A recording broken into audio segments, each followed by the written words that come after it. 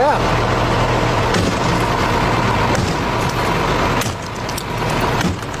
I clean and fix gardens for a living.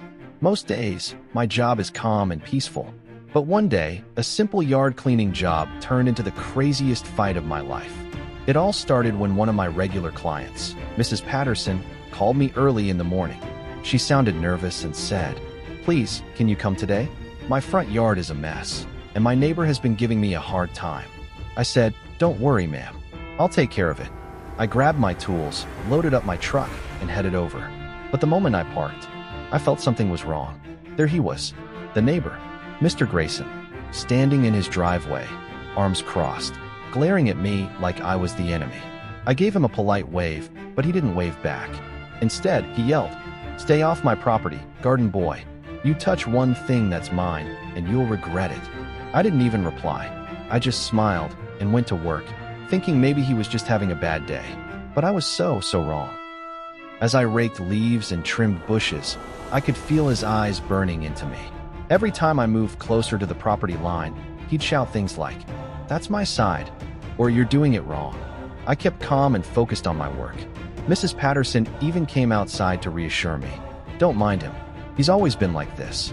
But deep down, I knew this wasn't just a grumpy neighbor. This man was dangerous. 30 minutes later, it happened. I heard a loud smash. I turned around, and my stomach dropped.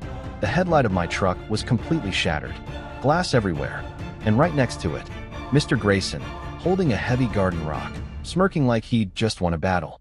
I shouted, "What the hell is wrong with you?" "That's my truck." He just shrugged and said, "Should have stayed away from my property. Maybe this will teach you." Then he casually tossed the rock on the ground and walked back to his porch. I was shaking with anger. I wanted to fight him right there. But I knew if I lost my temper, I'd be the one in trouble. So, I took a deep breath and came up with a plan. I always carry a small hidden camera in my tool bag to record my work for before and after videos. I quickly set it up, angled perfectly toward the yard and my truck, and pretended like nothing happened. Then I went back to cleaning, acting calm while inside. I was furious. Not even 10 minutes later, Mr. Grayson came back out, this time with a garden hose, spraying water all over the fresh mulch I had just laid down. He stomped on flowers, kicked over a trash bin, and yelled, "You don't belong here." Little did he know, everything was being recorded. Once I had enough footage, I stopped working and called Mrs. Patterson outside.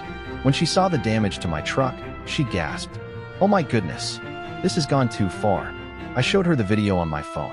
Her eyes went wide. "This is perfect," she whispered. "We're calling the police." When the cops arrived, Mr. Grayson tried to play innocent. He said, "These two are lying. I didn't do anything." But then, I hit play on the video. The entire scene unfolded in front of the officers. Him smashing my truck's headlight, destroying the yard, and yelling threats. The street went completely silent. The cops looked at him, then at me, and without a single word, they handcuffed him right there in his own driveway.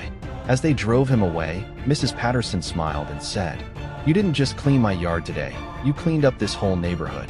I laughed, but inside, I was just relieved.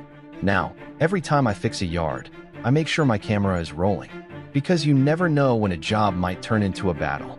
And as for Mr. Grayson, let's just say, I hope he enjoys planting flowers in jail.